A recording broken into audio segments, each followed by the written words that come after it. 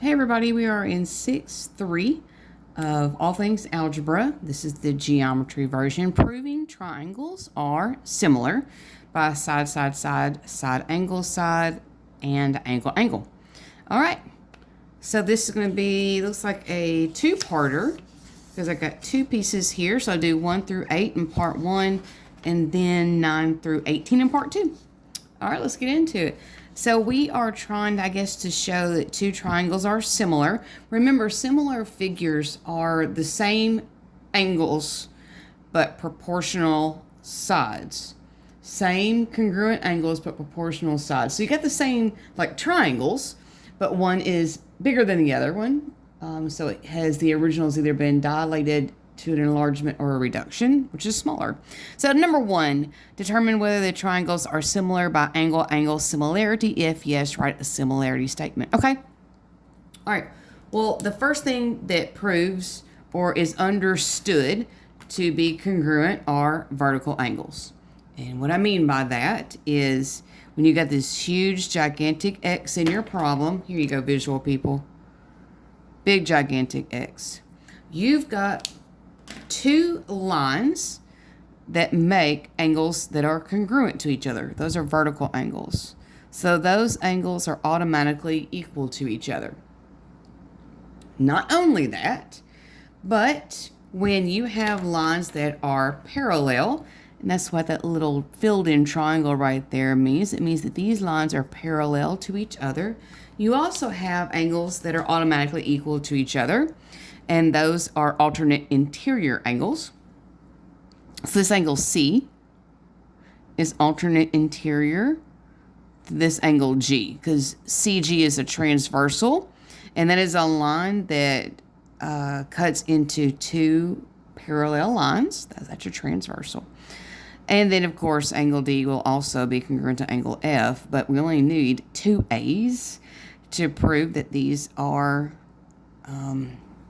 congruent to each other. So these are definitely similar triangles because their angles are equal to each other by angle, angle. So if yes, write a similarity statement. My goodness.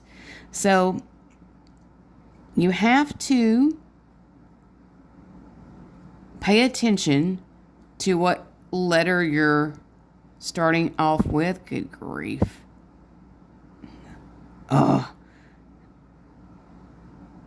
CED, because order matters. So if you start with a C, then you have to start with G in the other triangle. And if you go E next, then it matches up to E in the other triangle.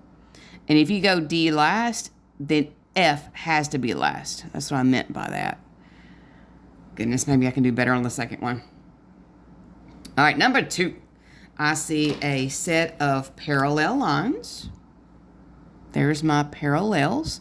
Now, I don't, in this case, have a transversal that gives me alternate interior angles. What I mean by that is this angle M would be alternate to the outside Q, but there's no outside Q. And this angle N would be congruent to an outside P, but there's no outside P. So we can't do alternate interior, but what we can do are corresponding angles. So that angle M would be congruent to angle Q. Those are what we call corresponding angles. All right. Now, over here, same thing. Angle N would be congruent to angle P. Again, those are corresponding angles. And actually, angle L would be equal to itself, because if we were to take these two triangles, and make them two different triangles, like take this one outside of the other one, angle L will be congruent to itself. So this is most definitely similar triangles. So I'm going to go LQP.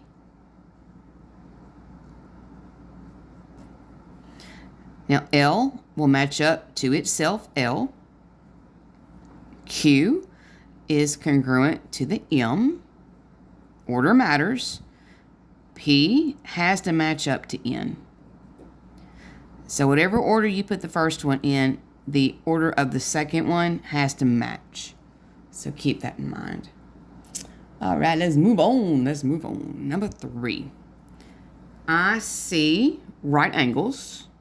Angle Y is a 90-degree angle because of this box. So is angle C, because that's a box. However, 39 and 51, what I notice is that angle E does not match up to the W. Angle E matches up to H. And S matches up to W. Now, if you're sitting there going, how do you know? Well, I'm looking at the sides of these triangles. Obviously, SE is my hypotenuse because it's the longest slanted side across from the 90-degree angle. I have 2 legs. SY is what I call a short leg. EY is what I call a long leg. The short leg would match up to the short leg. And this 39 is across from the short leg. Well, the CW is the short leg. Across from it would be angle E.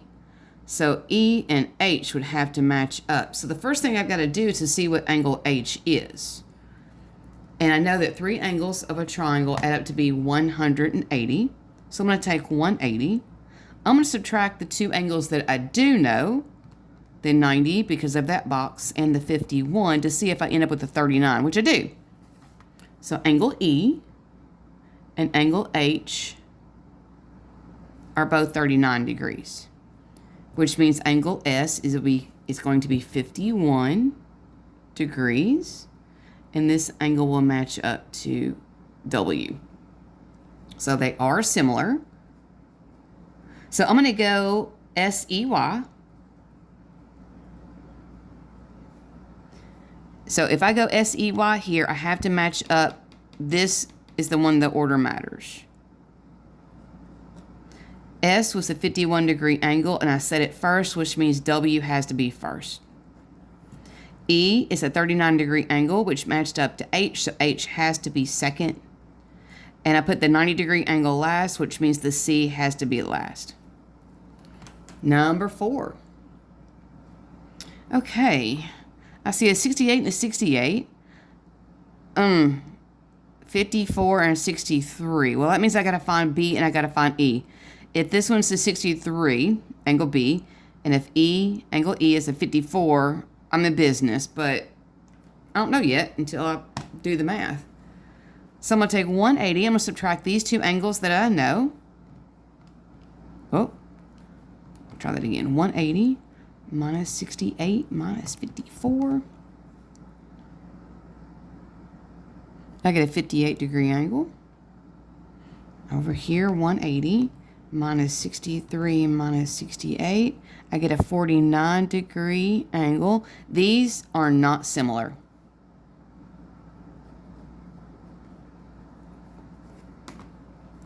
Number 5. All right. Well, okay.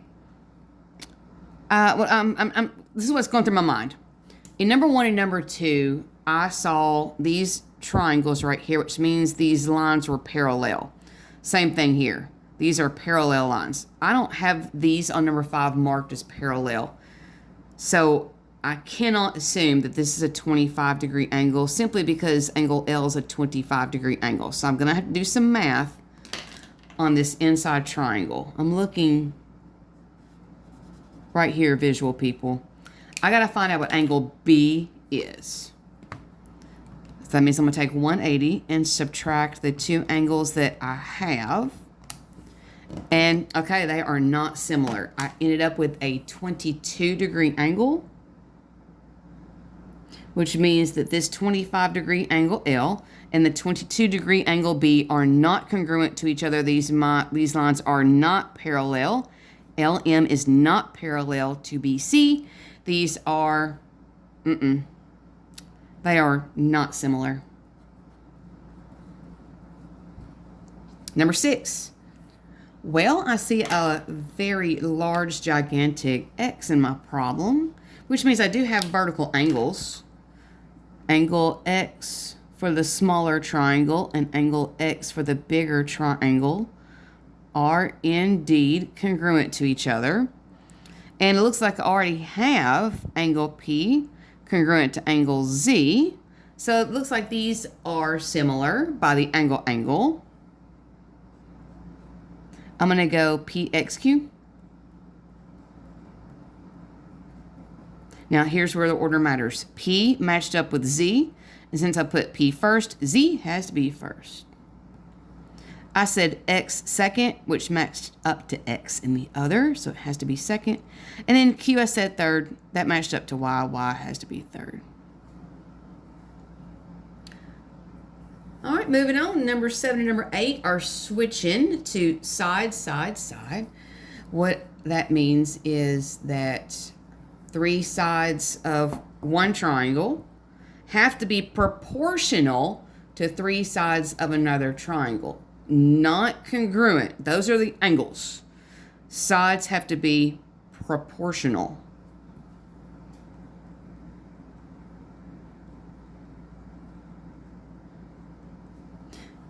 That means they have to have the same scale. And if you're sitting there going, girl, what you talking about? Then you missed my other video. We are going to take these sides that match up, set up a ratio, that's a fraction. I'm using technical terms here, you guys, because when you look at directions, they're not going to say, hey, set up a fraction. They're going to say, hey, set up a ratio to see if the scale factors are the same. So if you're a brand new teacher, please do keep that in mind. In high school, we do not make up these words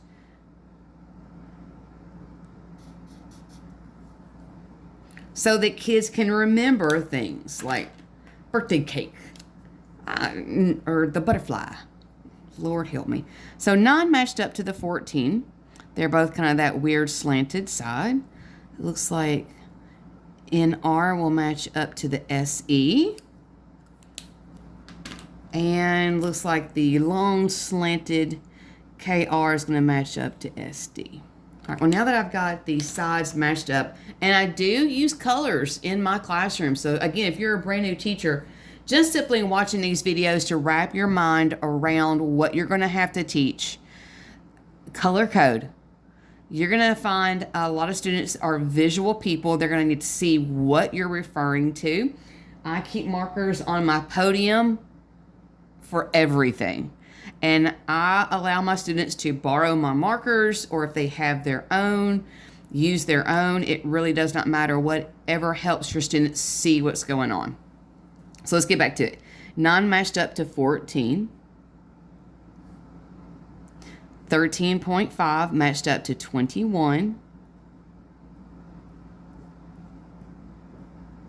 20.25 matched up to 31.5.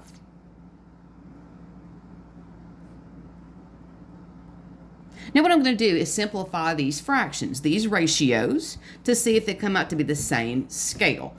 I'm finding out if they come out to be the same number. If it comes out to be the same scale, then we are in business. They are similar by the side, side, side.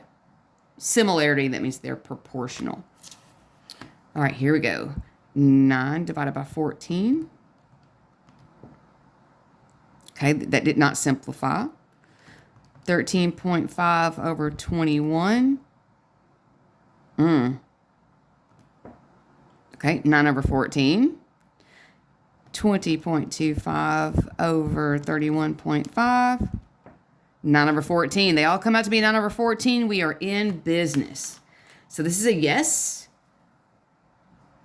Now I'm going to go NRK. If you're sitting there wondering, why do you always go in a clockwise motion? It's because most standardized tests do that. Now, if they start with K, then they'll do KNR. If they start with R, they'll do RKN. But they always go in a clockwise motion for whatever reason. All right, N is what I started out with, which means I have to start where my yellow and my blue met each other, and that's going to be E. And if I go to R next, that's where the blue met the green. Then I'm going to say that's where the blue meets the green S. And again, this is another reason, teachers, why I color code. And I went with K last, no particular reason, but I went with K last, and that's where the yellow met the green. So that means it matches up to D. Again, another reason, if you're a brand new teacher, to use color coding markers. They can kind of see that this is a rotation, because maybe you haven't taught transformations yet. This is not only some sort of dilation, but it has done some sort of rotation thing. All right, number 8. This will be the last one for part 1. All right. Oh, okay, lovely. When I was in high school, these would trip me out. When I have a triangle sitting inside another triangle, until I went to my geometry teacher after school. That's right, y'all. If you're my student, if you're a former student of mine, or you are a very smart person in math, which that's me. I'm pretty good in math. There's nothing wrong with going after school for tutoring, even when you're smart. Because this is where I would get stuck. I would constantly get the ones that were separated correct, because I could see them separated. I could not see them one was sitting inside the other. But that's not everybody. SV matches up to, I'm sorry, I said SV. Girl, that's a W. WV matches up to WU, which, by the way, is 28. See, that's where it would blow my mind when I was in high school. I'd be like, where'd you get the 28 from? WX matches up to WY. Now, WY is 21, because 15 plus 6 is 21. 20 plus 8 is 28. And VX is going to match up to UY. All right, there you go, visual people. I hope that helps. All right, so we're going to set up our proportions to see if they have the same scale. So we're going to do our 20 over 28. 15 over 21. 30 over 42. Again, I'm going to divide these on my calculator, and I want them to be the same number for the same scale to be a yes. 20 over 28 is 5/7. 15 over 21 is 5/7. 30 over 42 is 5/7. We are in business. All of these are 5/7. So they are, in fact, similar by side. So yes. I'm going to go WXV. Well, if I go with W, then I have to go with W. If I go with X, then I have to go with Y. And if I go with V, then I have to go with U. There we go. All right, there's part 1, everybody. So I'm going to, just because it takes a lot to load these into YouTube, it takes, a 30-minute video. It takes, a good time to load it in. It takes forever. So that's why I do part 1, and I'm going to stop this and check the link below to go to part 2, which I'll pick up with number 9.